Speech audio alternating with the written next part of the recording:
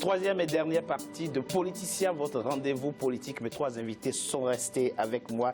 L'ancien ministre gabonais du budget, Charles Mba, écrivain, auteur de Gabon, la passion du pays. Merci, monsieur le ministre, d'être resté avec moi. Le professeur Emmanuel Okamba, enseignant, professeur d'université, et Vivien Manango, juriste, également enseignant, sont restés avec moi. Merci à vous. Le président tchadien Idriss Déby l'a dit à l'occasion du sommet extraordinaire de la CEMAC ce 31 octobre. La mise en œuvre de la libre circulation suppose la mise en place des réformes. Mais quelles doivent être celles-ci? Nous avons posé la question au politologue camerounais Pascal Chalmagne Messanga Niamdeng. On l'écoute, on en parle après. La première réforme, c'est d'abord en matière d'harmonisation des politiques régionales, parce qu'il y a une absence de dynamique qui s'impose à cette sous-région qui malheureusement n'a pas une réelle harmonisation de ces politiques. Vous avez par exemple une cour de justice de la CEMAC qui existe, il y a un parlement de la CEMAC qui existe, et puis enfin il faut aussi reconnaître que il y a d'autres instruments juridiques qui permettent aux pays de la CEMAC de recevoir librement les ressortissants de cette sous-région. C'est le cas, par exemple, des passeports CEMAC, dont la première réforme doit être institutionnelle et elle doit rendre obligatoire l'entrée et le séjour des ressortissants de la CEMAC dans la sous-région. Deuxième réforme importante et qui est nécessaire, on parle aussi de tarifs préférentiels. Et là encore, il y a des accords tarifaires qui n'existent pas. Il y a donc du coup absence d'harmonisation des politiques en matière d'importation et d'exportation. Et là aussi, c'est un grand problème à la sous-région. Parce que lorsque vous produisez, par exemple, tous le pétrole, est-ce qu'à l'extérieur, vous vendez le pétrole à vos partenaires multilatéraux et bilatéraux au même prix? Malheureusement, ce n'est pas le cas. Chaque État de la CEMAC vend librement à qui veut son pétrole. Et donc, ça pose un problème d'harmonisation des politiques. Monsieur le ministre, vous qui avez été en charge du budget, le professeur Niamdeng évoque un cas qui peut être intéressant. Il dit, les pays producteurs du pétrole de la sous-région vendent chacun son pétrole à qui il veut et au tarif qu'il veut. Et il parle de la nécessité de mise en place d'harmonisation tarifaire. Ça serait un principe simple. Même si je pense qu'il met un peu la charrue avant les bœufs, c'est un principe simple de dire on est dans la même famille. Oui. Quand on échange entre nous, nous avons des pratiques particulières aux pratiques que nous imposerions à ceux qui sont à l'extérieur de la famille. C'est le bon sens. Encore une fois, ça renvoie à ce que je disais tout à l'heure. Quand nous nous connaîtrons mieux, quand nous accepterons véritablement de vivre ensemble, quand nous aurons déterminé que nous avons un destin commun, alors toutes ces choses-là, dans la confiance, s'établiront. Je suis avec lui, c'est de la technique, mais ça ne concerne pas pour autant les populations. Nous avons besoin peut-être d'un certain nombre d'éléments de convergence de politique budgétaire, la manière de gérer nos finances, etc. On parle beaucoup en ce moment des questions monétaires, vous parlez de la politique agricole. Non, moi je pense que la première réforme est une réforme des esprits. Et c'est pour cela que je reviens à l'idée qu'il faut, dans chacune de nos capitales, un lycée ou des lycées où on enseigne le fait communautaire pour que les jeunes générations apprennent à travailler ensemble. Le reste se fera ensemble. On peut parler de l'harmonisation des politiques régionales. On peut parler de l'harmonisation ou des réformes institutionnelles. Encore une fois, je crois que nous péchons trop par la croyance qu'il suffit que nous écrivions des choses dans les textes pour qu'elles soient réalité. Ce qu'il faudrait en Afrique centrale, c'est que les populations d'Afrique centrale se considèrent comme liées par une destinée commune. Après, les choses viendront. Moi, c'est ce que je crois. Et j'en reviens à l'idée qu'il faut enseigner aux petits Congolais, aux petits Équato-Guinéens, Camerounais, Gabonais, Tchadiens. Il faut leur enseigner que l'esprit d'appartenance à une culture commune, à une région commune, à un espace commun. où nous allons, après, vous allez avoir la volonté d'aller s'installer ici ou là, parce qu'on s'y sentira bien. C'est ma conviction et ma compréhension de l'intégration régionale. Le reste n'est que de la technique. Je m'excuse de dire ça devant un professeur de sciences de gestion.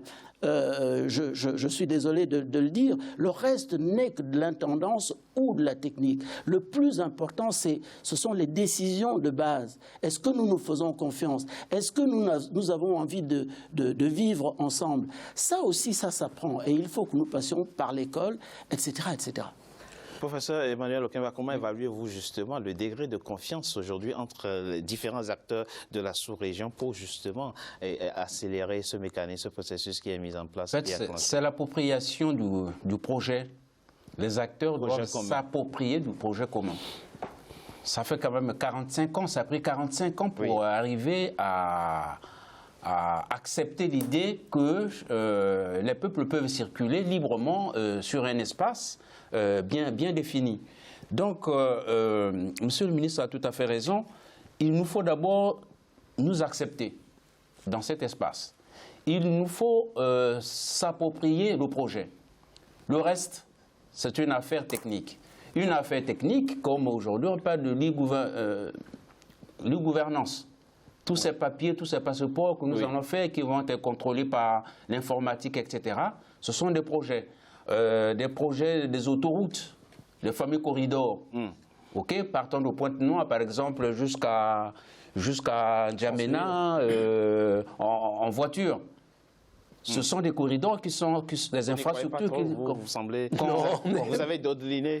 Oui, enfin, ce sont de Pointe-Noire. Donc Pointe-Noire, N'Djamena, c'est impossible. Mais bon, mais Pointe-Noire, France-Ville, c'est beaucoup plus possible. Ce sont des projets que ces populations doivent s'approprier.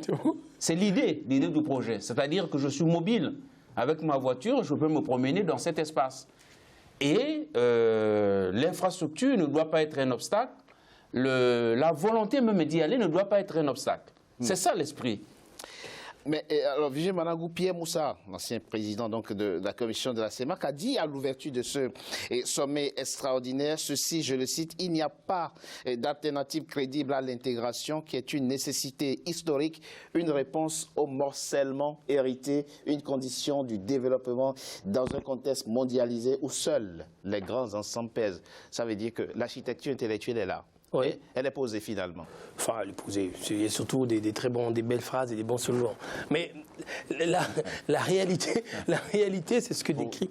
Non, mais là, oui, je suis désolé, mais M. Moussa, on le connaît, c'est comme tous les autres dirigeants. Enfin, ça fait 40 ans qu'ils disent la même chose. Il n'y a rien. Donc, mais en l'occurrence, il y a quelque chose là. Non, enfin, pour moi, il n'y a rien. Je vais vous dire pourquoi. Parce que c'est ce que disait M. le ministre. Les textes existent, M. Togbé.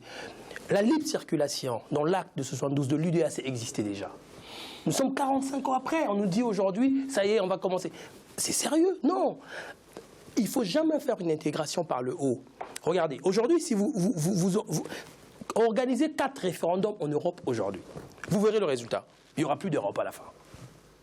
Parce que quand vous commencez à créer quelque chose par le haut, derrière, les populations se désengagent.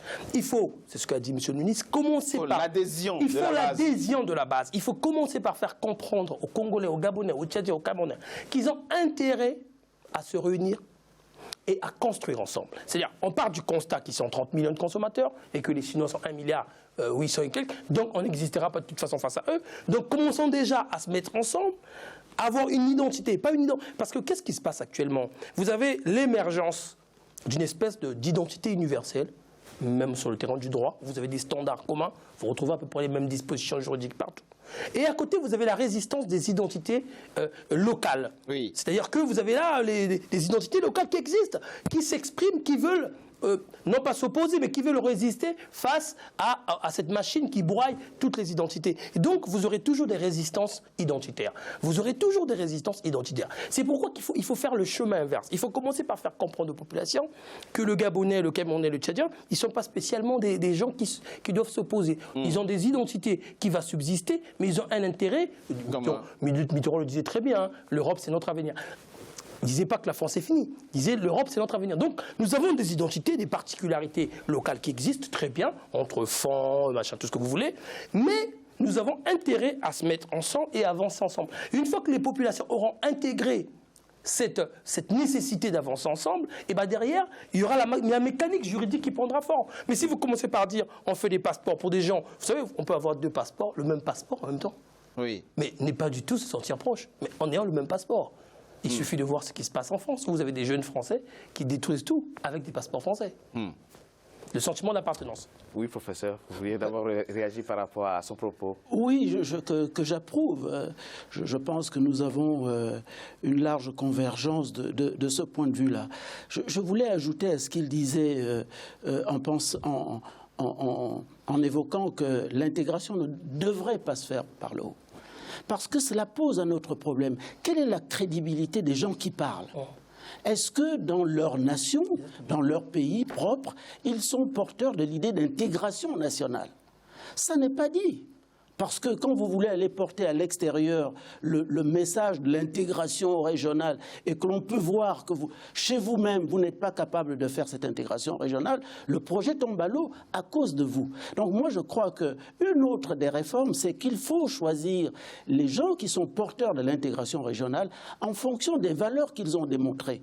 Vous savez, quand on parle en Europe, on dit qui peut diriger l'Europe? En France, on cite 3 ou 4 noms. Parce que tel a écrit tel livre, il a écrit tant d'articles, il s'est prononcé sur tel et tel sujet. Prenez nos dirigeants de nos intégrations régionales. Ont-ils seulement écrit le moindre article en faveur de l'intégration régionale? Je ne le crois pas. Donc vous voyez ce que je veux dire. Je crois que c'est bien tous ces textes que l'on nous montre, etc. Moi, je crois que c'est nécessité qui font loi, qui fait loi. Le jour où des Camerounais et des Gabonais voudront créer vraiment des entreprises en masse, leurs pays se fléchiront et amèneront des lois qui leur permettent d'agir concrètement. Le jour où de Pointe-Noire, il voudra aller à Mayumba régulièrement, ils voudront aller en masse quotidiennement, hebdomadairement, eh bien, le Gabon et le Congo s'asserront pour trouver la manière de faciliter cela. C'est nécessité qui fait loi. Alors, monsieur le ministre, dites-nous, vous avez été au cœur de l'appareil d'État, vous avez participé à des sommets, vous avez côtoyé les chefs d'État du monde. Y a-t-il des facteurs, des pesanteurs exogènes qui s'opposent à l'unité des dirigeants en Afrique? Est-ce que les élans d'union se heurtent souvent à des facteurs, à des éléments exogènes? J'ai envie de vous répondre que la question de se sentir proche de l'autre n'est pas une obligation. C'est vrai, c'est une question d'éducation. Vous voyez, je donne toujours cet exemple-là. Quand vous êtes dans une grande famille, votre mère ou votre père va vous dire « on ne parle pas comme ça à sa sœur, oui. On ne parle pas comme ça à son aîné, on ne parle pas comme ça à son père ». Donc, l'amour de l'autre, de son proche, ça s'apprend. Donc, il faut que nous apprenions cela. Si nous ne l'apprenons pas, nous ne construirons rien ensemble. C'est ce que je prétends. Et que même dans un livre comme celui-ci, je dis il faut former les jeunes générations. Moi, je crois en l'intégration régionale dans la zone CEMAC à moyen terme, à condition que nous y travaillions véritablement à la base. Monsieur le ministre, est-ce qu'en termes de liberté politique à mettre en œuvre des réformes, on ne subit pas aussi des pressions de l'extérieur? C'était ça aussi le sens de ma... Avons-nous la liberté toujours de faire ce que nous voulons, de nous unir comme nous voulons? J'ai entendu votre question, j'ai répondu de manière un peu... Je sais. Mais personne à l'extérieur ne vient vous dire ne fréquentez pas votre voisin. Personne ne prendrait cela. Vous pouvez peut-être le prétendre en disant je ne viens pas chez vous parce que tel m'interdit de le dire. C'est enfin, vous ne simplifiez pas la question, non? Bah, écoutez, c'est bien de cela qu'il s'agit. Encore une fois, moi je crois que l'Afrique est, à travers la question de l'intégration régionale, elle aussi confrontée à la nécessité de reconnaître les talents des uns des autres. Quel malheur y a-t-il à reconnaître que le président de l'État voisin fait mieux dans tel et tel domaine? Je vais vous citer un exemple qui me tient beaucoup à cœur. S'il vous plaît. Au Cameroun, à Yaoundé, il y a le premier campus numérique en Afrique. C'est le premier. Pourquoi ne pas dire que c'est bien et essayer de le faire chez soi? Qui viendra vous empêcher de le dire? Personne. Faites la même chose. Ou qu'en termes de droit, par exemple, en matière de faculté de droit juridique, au Cameroun, en Afrique centrale, ils sont loin devant. Regardez encore l'agrégation CAMES cette année, vous verrez le nombre de candidats qu'ils envoient. On peut donc, en Afrique centrale, se dire, écoutez, en matière de faculté de droit, les Camerounais sont mieux, pourquoi on n'adopterait pas un modèle de ce qu'ils font chez eux, à Ngaoundéré, à Yaoundé? Voilà, on peut réfléchir sur ces questions-là. Monsieur Emmanuel Okamba. Oui, alors le problème, le réflexe de l'Africain, c'est que devant une telle situation, ce qui l'intéresse, c'est de multiplier les textes. Donc on nous dira, oui, il faut encore prendre des lois, il faut encore harmoniser, il faut bureaucratiser, il faut, etc. Et on perd du temps en efficacité. Mais il le faut quand même. Ça fait 45 ans qu'on perd du temps sur ce qui a été tranché en quelques heures. Oui. Pourquoi? Eh bien parce qu'on a mis dans notre tête que pour faire les choses, il faut écrire. Ben, il faut écrire des réformes, il faut faire des réformes qui au final ne servent à rien. 45 ans de réformes pour arriver en quelques heures à débloquer la situation. Donc le problème est dans nos têtes. Il faut rompre avec la culture bureaucratique. Absolument. Et aller à l'essentiel. Aller à l'essentiel, aller au concret et à l'efficacité. Et l'harmonisation budgétaire existe. Oui. L'harmonisation budgétaire existe, elle est respectée par personne. Elle existe. Absolument. Elle existe. Donc vous voyez que on a besoin d'empiler les textes supplémentaires. Monsieur le ministre, votre mot de la fin, quel appel aux populations de la sous-région et aux chefs d'État, aux leaders? Aux populations, aucun appel en réalité. Je suis content pour elles que la libre circulation soit inscrite dans les textes finalement aujourd'hui, parce que les populations le demandent, elles l'exigent. C'est une demande sociale. Et quand elles ne l'ont pas, ces textes-là, eh bien, ils traversent les frontières sans documents. Bien sûr. Ils le font. Je peux en témoigner. Vers la Guinée équatoriale, vers le Congo-Brazzaville. Oui, dans le Niari, les gens ils traversent tous les jours. Absolument, ils traversent. Vis-à-vis des leaders politiques, je dirais qu'il faut que nous ayons une idée ou un idéal à proposer aux populations. Il faut que nous arrivions à convaincre les populations que nous avons un destin commun qui est lié, que saboter la forêt au Gabon, c'est nuire au bien-être du Congolais ou du Camerounais. Il faut que nous travaillions à cela et il faut que nous soyons crédibles pour porter ces messages-là. Charles Mba, vous avez été ministre pendant 4 ans, ministre du budget au Gabon. Vous êtes auteur de Gabon, la passion du pays, publié aux éditions Ejibouk. Merci. Merci d'avoir accepté notre invitation. Emmanuel Okamba, économiste, professeur d'université, merci à vous également d'avoir participé à cette émission. Vivien Manango, juriste, vous enseignez le droit à l'Université de La Rochelle en France. Merci à vous également. Fin, mesdames et messieurs, de Politicien, votre rendez-vous politique. Je vous remercie d'avoir été nombreux à suivre. Restez fidèles au programme d'Africa 24. À très bientôt pour un nouveau numéro de Politicien.